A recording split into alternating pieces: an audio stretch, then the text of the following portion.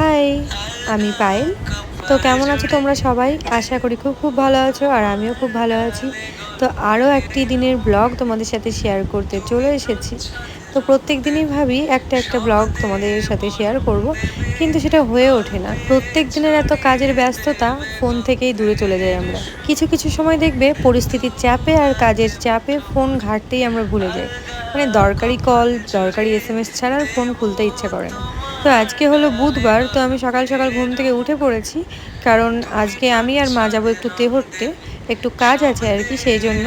তো সকাল সকাল স্নান করে গপুকেও ঘুম থেকে তুলে স্নান করিয়ে এই দেখো এই ড্রেসটাও পরিয়ে দিই। বেশ কয়েকজন আমাকে জিজ্ঞেস করেছিল যে গপুকে আমি কোথা থেকে এনেছি, কিভাবে এনেছি। তো আমাদের গপুও আমাদের বাড়িতে 1 মাস থাকবে। গপু হচ্ছে দিদির বড় ননদের বাড়ি।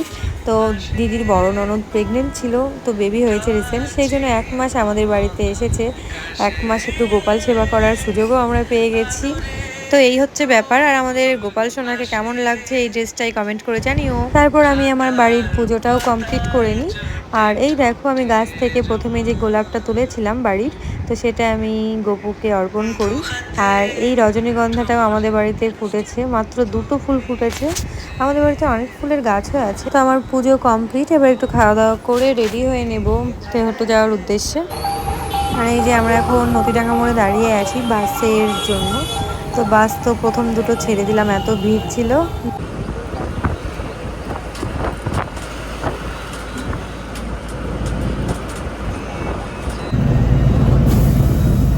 হাওয়া খেতে খেতে চলে এসে নেমে পড়ি হাউলিয়া মোড়ে, তারপর আমরা টোটো ধরে নিই।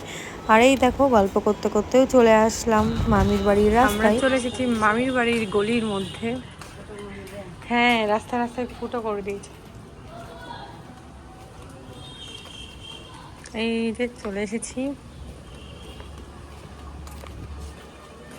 ওমা, গেট লক কেন? কি গো, গেট খুলবো না নাকি? ও মাই গড।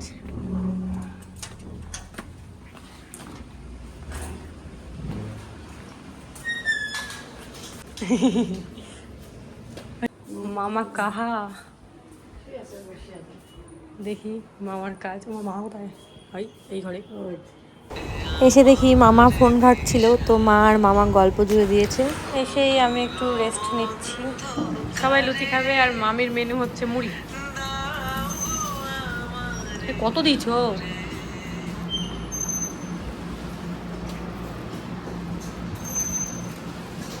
দেখি মামির হাতের লুচি আলাদাই টেস্ট।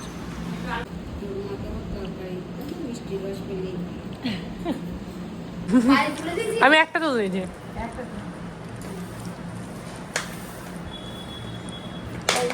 মাকে মিষ্টি রস দাও।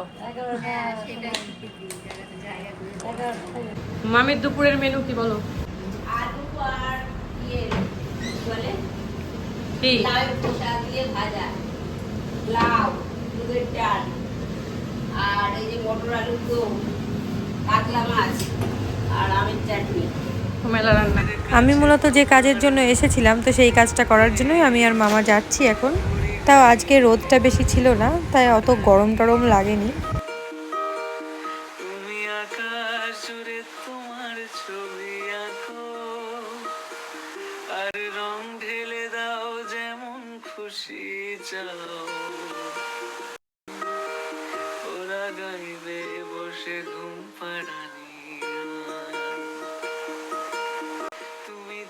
তো আমি আর মামা গল্প করতে করতে চলেও আসি।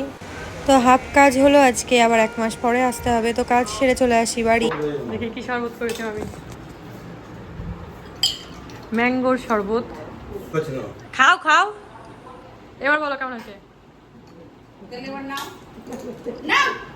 খুবই লজ্জা, খুবই লজ্জা।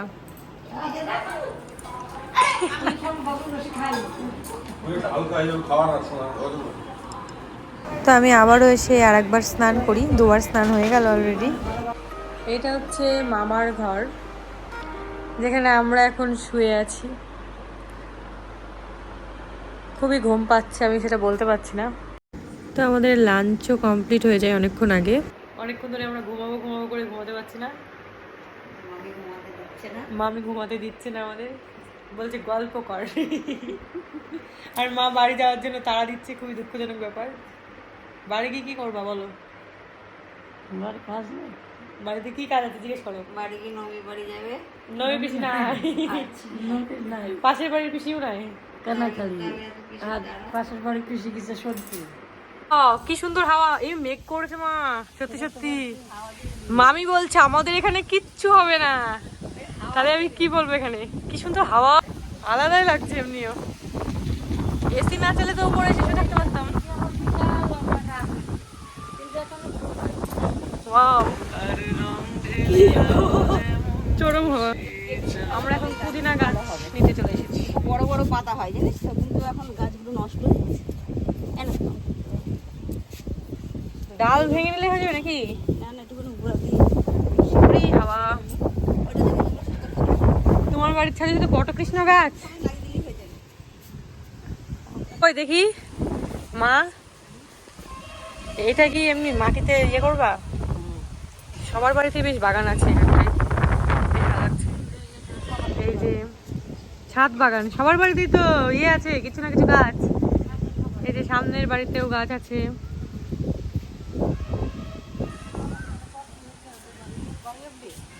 হ্যাঁ হ্যাঁ হ্যাঁ হ্যাঁ, আমরা এসেছিলাম এখানেই তো, ঘুমানো যাবে, কি সুন্দর ওয়েদার।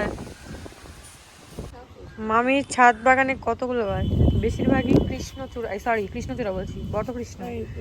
আর এই একটা কুন্দ ফুল, এই যে ছোট্ট একটা ফুল। তারপরে আছে জবা গাছ, বেল গাছ, এটা বেশ সুন্দর চকচকে পাতা হচ্ছে তো। আকন্দ। আর এটা কি গো, এটা কি? ও, কারি পাতার গাছ। আবারও বটকৃষ্ণ গাছ, শুধু বটকৃষ্ণ দেখতে পাবেন এখানে। এটা সর ভাঙা পাতা না? সর ভাঙা পাতা না এটা? এই যে এটা আমাদের বাড়িতেই তো আছে। হয় কি দেখো, দেখিনি রজনীগন্ধা। রজনীগন্ধা আর এই যে পুদিনা পাতার গাছ, এই যে দেখতে পাচ্ছ। এই গাছগুলো আপাতত আছে।